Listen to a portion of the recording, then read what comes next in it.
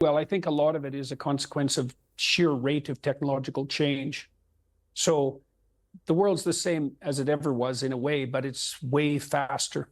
So the contours of things are clearer to people than they were, which is why people have a sense of massive things moving under the psychological and sociological tectonic plates. And the rate of change is going to, barring cataclysm, is going to just keep increasing. So you could say this is the new normal, but it's going to become even more intense. I mean, what's extraordinary is that by any sort of conventional metric of what it is like to live right now, it should be, and it should feel like, the best time to ever be alive. We're living longer, we're living healthier, there are actually fewer wars than in recorded history, water's cleaner, there's less abject poverty, and so on and so on. And yet young people in particular, very large numbers of young people, seem completely gripped in a kind of a doom-laden neurosis about life. What is going on there? I mean, Jonathan Haidt wrote this fascinating book about the impact of cell phones, but it can't just be that. No, I think the cell phones are particularly bad because they interfere with childhood play, and childhood play isn't replaceable. When children play, that's how they formulate their identities, and that's how they cement their social groups, and that's how they learn to integrate themselves with other people and to play nice together, which is something you obviously have to do as an adult. And screen time seriously interferes with that.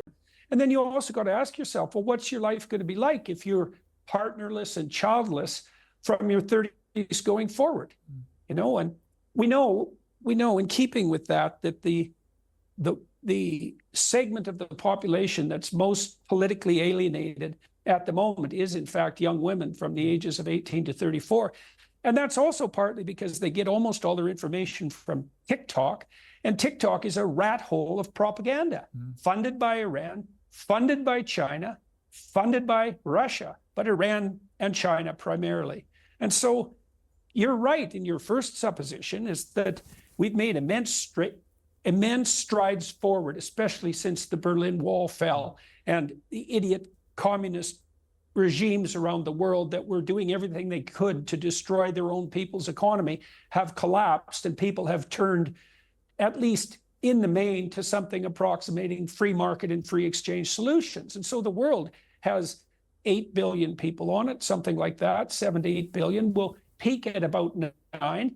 We've done a tremendous amount to eradicate absolute poverty, and there are lots of reasons to be positive, but that's all in the face of an anti-human campaign that's really been going on since the 1960s with the Club of Rome and Paul Ehrlich, the Stanford biologist, who's, I don't know if he's the worst person who's emerged in the last 60 years, but he's certainly a contender.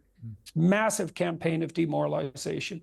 And I see it everywhere when I tour around lecturing, like young people dying for the lack of an encouraging word.